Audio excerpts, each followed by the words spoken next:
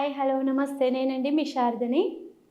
ఈరోజు నాకొక మెసేజ్ వచ్చిందండి. చాలా పిల్లలు ఎడ్యుకేషన్ పరంగా ఏదైనా ఒక వీడియో చేయండి మేడం అని అన్నారు. అయితే నాకు ఒక పేరెంట్ ఫోన్ చేశారు. మా అబ్బాయి ఇలా చదువులో వీక్‌గా ఉన్నారు మేడం. చదువు కోసం ఏదైనా రెమెడీ చెప్పండి అని చెప్పారు.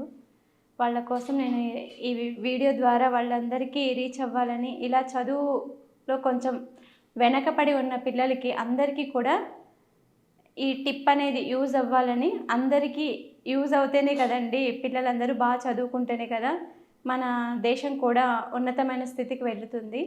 కాబట్టి వాళ్ళ కోసం నేను ఒక వీడియో చెప్పి రెమెడీ చెప్పదలుచుకున్నానండి. ఏంటంటే సింపుల్ అండి.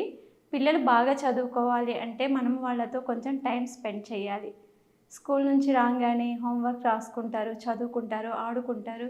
ఆ తర్వాత పేరెంట్స్ ఏం చేస్తారంటే వెళ్ళి ఆడుకో, లేకపోతే ఫ్రెండ్స్‌తో ఉండు అని చెప్పేస్తారు. అలా కాకోకుండా మనం వాళ్ళ మీద పర్సనల్ కేర్ తీసుకోవాలి. కొంచెం పర్సనల్ కేర్ తీసుకొని, వాళ్ళు మనల్ని ఒక ఫ్రెండ్ లాగా చేసుకొని, వాళ్ళ స్కూల్లో జరిగిన సిలబస్ కానియండి, వాళ్ళ ఫ్రెండ్స్‌తో ఉన్న రిలేషన్ కానియండి, చెప్పేలాగా ఉండాలి. అలా కాకోకుండా వాళ్ళని మనం బిజీగా ఉన్నప్పుడు వాళ్ళని బంధించేసామనుకోండి, ఆ ఇన్ఫాక్ట్ అనేది అవుట్‌పుట్ సరిగ్గా రాదు. అందుకోసమని ఎవరైనా పిల్లలు సరిగ్గా చదవట్లేదు అనుకోండి, ఫర్ ఎగ్జాంపుల్ ఇక్కడ ఏ సబ్జెక్ట్లో వీక్‌గా ఉన్నారో ఫస్ట్ చెక్ చేయండి. ఆ సబ్జెక్ట్ని ఇంప్రూవ్ చేసుకునేలాగా మీరు మోటివేట్ చేయండి. అలా కానప్పుడు మనం ఎంత ప్రయత్నం చేసినా ఒక్కొక్కసారి పిల్లలు బాగా చదివినా మార్క్స్ సరిగ్గా రావు. అలాంటి పిల్లలు ఎవరైనా సరే ఒక మంచి రెమెడీ చెప్తానండి. మనందరికీ తెలుసు, లా ఆఫ్ అట్రాక్షన్ ద్వారా మనము అన్నీ నేర్చుకుంటున్నాము. మనం వృక్షాల ద్వారా నుంచి మొక్కల అన్నీ ఎలా నేర్పిస్తున్నాయి మనకి లెసన్స్ అనేటివి చూస్తున్నాం. దానికోసం నేను ఒక మంచి టిప్ చెప్తానండి. ఇది బాగా యూజ్ అవుతుంది చదువుకునే పిల్లలకి. వాళ్ళు చదువుకుంటుంటారు, ఎగ్జామ్ రాస్తుంటారు, కానీ దగ్గర దాకా వస్తుంటుంది, ఫెయిల్ అవుతుంటారు. అలాంటి పిల్లలు కానివ్వండి, కొంచెం మార్క్స్ బాగా ఇంప్రూవ్ అవ్వాలి అనుకునే పిల్లలు కానీ, ఇలాంటి వాళ్ళు ఎవరైనా సరే ఈ చిన్న టిప్ చేయండి. మనకు అశోక మొక్కలు దొరుకుతూ ఉంటాయండి. ఎక్కడైనా సరే అశోక చెట్లు కనిపిస్తూ ఉంటాయి.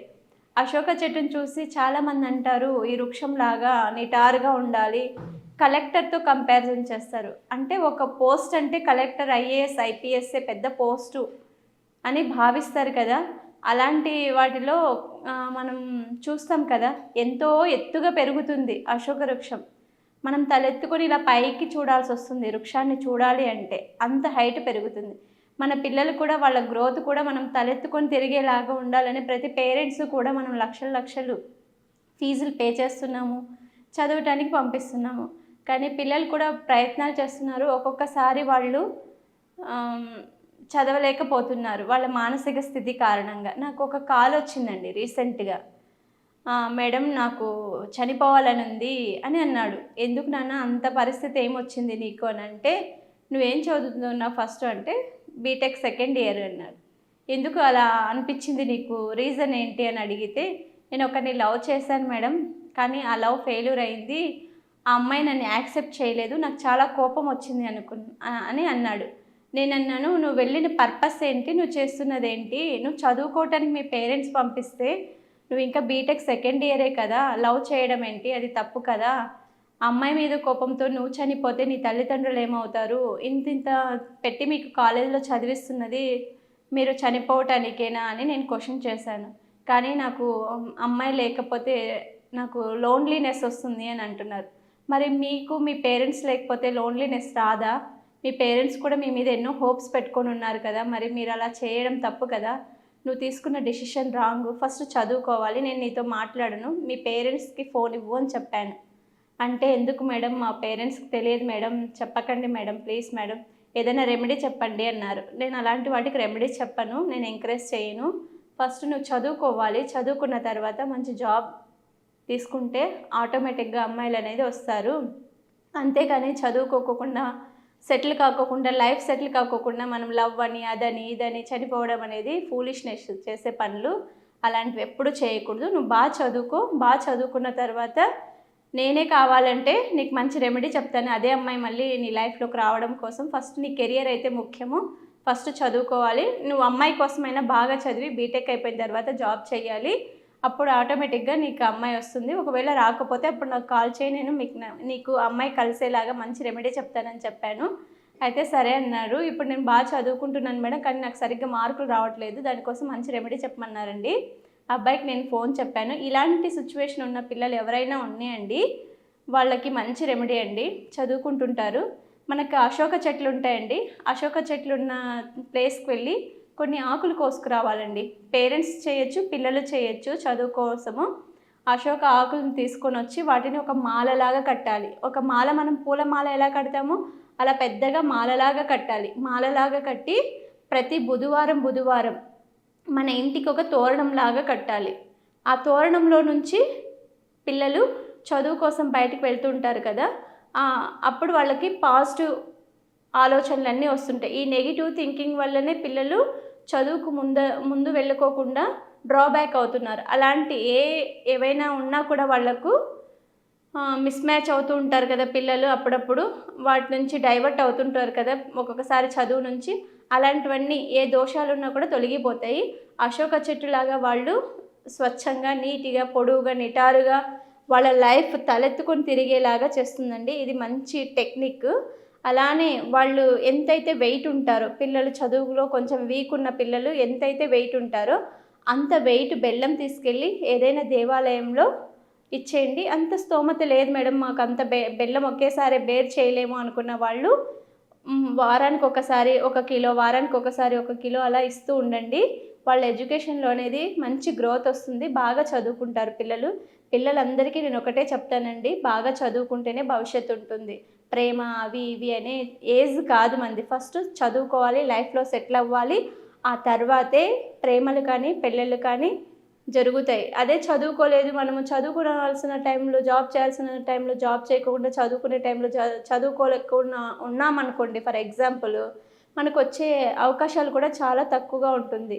పేరెంట్స్ మన మీద ఎంతో హోప్ పెట్టుకొని ఉంటారు. ప్రతి తల్లిదండ్రులు కష్టపడతారు, పిల్లలు బాగా చదువుకోవాలి, మేము ఎంత కష్టపడ్డా పర్వాలేదు, మాలాగా మా పిల్లలు కాకూడదు, మాకంటే ఉన్నతంగా ఉండాలి అని ప్రతి పేరెంట్స్ కూడా ఆలోచన చేస్తుంటారు.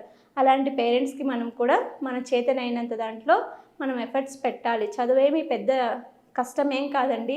కష్టం అనుకుంటే కష్టం, ఎప్పుడు కష్టంగా చదవకూడదు, ఇష్టంగా చదవాలి. ఎప్పుడే కానీ మనం ఇష్టంగా చదివామనుకోండి, ఏ సబ్జెక్ట్ని కూడా మనము ఫెయిల్ అవ్వాల్సిన అవసరం ఉండదు. ఏముంది, టాపిక్ ఏముంది, సిలబస్ ఏముంది, ఆ టాపిక్లో సిలబస్లో నాకు రానిదేమి, నాకు వచ్చేదేమి, ఇవి కంపారిజన్ చేసుకోవాలి. కొంచెం వీక్గా ఉన్న సబ్జెక్ట్స్ని ఎక్కువ టైం కేటాయించి చదవాలి.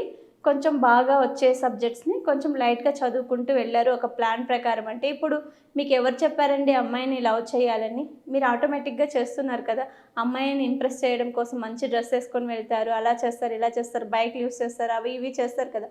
అలానే చదువులో కూడా టెక్నిక్స్ ఉంటాయి కదా. మనం ఎలా చదివితే మనకు మార్క్స్ వస్తాయి, ఎలా ఉంది, ఇప్పుడు ప్రజెంట్ సిచ్యువేషన్ ఎలా ఉంది, ఏ కోర్స్ చేస్తే మనకి ఏ జాబ్ వస్తుంది అనేటివి కొంచెం జాగ్రత్తగా చూసుకొని మనం చదువుకుంటూ వెళ్ళి ఈ చిన్న చిన్న రెమెడీస్ చేస్తారనుకోండి, ఎవరి పిల్లలైనా అండి బాగా చదవటానికి అవకాశాలు ఉన్నాయి. ఎందుకంటే నా వెడేసు చదువు అనేది చాలా చాలా ఇంపార్టెంట్ అండి. చదువుతో పాటు మనకు ఒక నాలెడ్జ్ ఉంటుంది.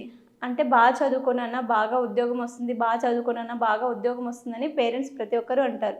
చదువు ఉద్యోగం కోసమే కాదండి. ఒక ఉద్యోగం చేస్తేనే మనకు అన్నీ జరుగుతాయని కాదు. మనలో ఉన్న కాన్ఫిడెన్స్ లెవెల్స్ని మనం ప్రూవ్ చేసుకోవచ్చు. మనం అంటే ఏంటో మనం ప్రూవ్ చేసుకోవచ్చు. చదువు ఎంత ముఖ్యమో లోక జ్ఞానం కూడా అంతే ముఖ్యం. ఫస్ట్ నాలెడ్జ్ అనేది మనం గెయిన్ చేసి పెట్టుకొని ఉండాలి. ఎక్కడికి వెళ్ళినా కూడా మన నాలెడ్జ్ మనల్ని ప్రొటెక్ట్ చేస్తుంది. చదువు అనేది సర్టిఫికేట్ ప్రకారంగా ఉంటుంది, కానీ మన నాలెడ్జ్, లోక జ్ఞానం అనేది చాలా వాల్యుబుల్. 10 మందితో మాట్లాడాలి, 10 మంది ఇలా చదువు సబ్జెక్ట్ గురించి చెప్పే వాళ్ళతోటి అవేర్నెస్, కౌన్సిలింగ్ తీసుకుంటూ ఉండాలి. అప్పుడే మనకు ఎక్కడ వీక్గా ఉన్నాము ఏమి ఆ తల్లిదండ్రులకు అందరూ చెప్పుకోలేరు, ఇలా ఉంది అని చెప్పుకోలేరు. కాబట్టి నాలాంటి వాళ్లకు ఒక ఎడ్యుకేషన్ కౌన్సిలర్గా నేను జాబ్ చేశానండి. కాబట్టి నాకు ఇంత నాలెడ్జ్ ఉంది కాబట్టి నేను చెప్పగలుగుతాను, కౌన్సిలింగ్ ఇవ్వగలుగుతాను పిల్లలకు కూడా. ఇది చదువుకోండి నాన్న, ఈ సబ్జెక్ట్ తీసుకుంటే మీకు ఇది వస్తుంది. ఇప్పుడు అందరూ ఐఐటీనే చేస్తున్నారు. అందరూ ఐఐటీ చేస్తే ఎంతవరకు మనకు జాబ్ ఆపర్చునిటీస్ ఉన్నాయి, ఏ బిజినెస్ చేయాలి, ఏ కోర్స్ చేయాలి, ఇలాంటివన్నీ కూడా మీరు నిష్ణుల దగ్గర, నిపుణుల దగ్గర సలహా తీసుకొని మీ లైఫ్ని మీరు గ్రోత్ చేసుకున్నారనుకోండి, మీ ఎడ్యుకేషన్ని మీరు చక్కగా ముందుకు వెళ్ళినట్టు ఉంటుంది. చాలామంది అంటారు అందరూ జాబ్సే రావాలి, అందరూ జాబ్సే రావాలి, అందరూ జాబ్సే రావాలి అని కాదు. ఫస్ట్ మనకి లోక జ్ఞానం ఉండాలి. ఏ చదువు చదివితే మనకి జాబ్ వస్తుంది, ఎలా చదివితే మనకి జాబ్ వస్తుంది. బిజినెస్ చేసిన వాళ్ళు కూడా కోటీశ్వరులుగా ఉన్నారు. జాబ్ చేస్తున్న వాళ్ళు జాబ్ చేస్తూనే ఉన్నారు. ఒక లీడర్షిప్ క్వాలిటీ ఉండాలి మనలో, కమ్యూనికేషన్ స్కిల్స్ ఉండాలి. ఇవన్నీ ఉంటే కనుక మనలో ఏ లోటుపాట్లు ఉంటే మనకు జాబ్ రావట్లేదో అవి ఫస్ట్ మనం సెర్చ్ చేసుకోవాలి. వాటిని మెరుగుపరుచుకుంటూ ఉండాలి. 10 మందితో మాట్లాడాలి. ఈ కోర్స్ తీసుకుంటే దీనికి వాల్యూ ఎంత ఉంది, ఈ కోర్స్ తీసుకుంటే దీనికి వాల్యూ ఎంత ఉంది, ఫర్దర్గా ఫ్యూచర్ ఏంటి, ప్లాన్ ఏంటి. చాలామంది ఫారిన్కి వెళ్తున్నారు, సాఫ్ట్వేర్లు అక్కడికి వెళ్ళాక కూడా జాబులు రావట్లేదు, ఏమైనా రెమెడీస్ ఉంటే చెప్పండి అక్క అని చాలామంది అడిగారు నాకు. అలాంటి వాళ్ళకు కూడా ఈ రెమెడీ చాలా బాగా యూజ్ అవుతుందండి. జాబ్ చేయడం అనేది చాలా ఈజీ. మనలో టాలెంట్ ఉండాలి, మనలో స్కిల్ ఉండాలి.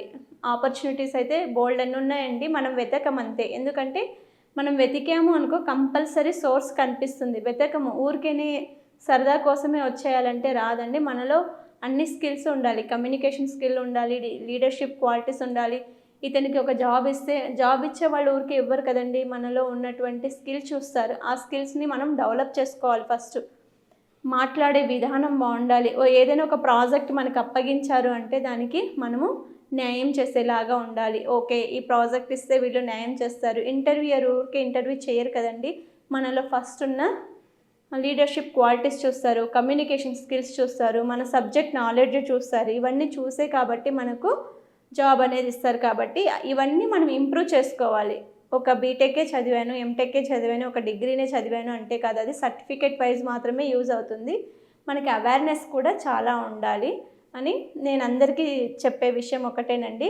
బాగా చదువుకుంటే బాగా మంచి ఉద్యోగం వస్తుంది అనేది నేనైతే చెప్పను.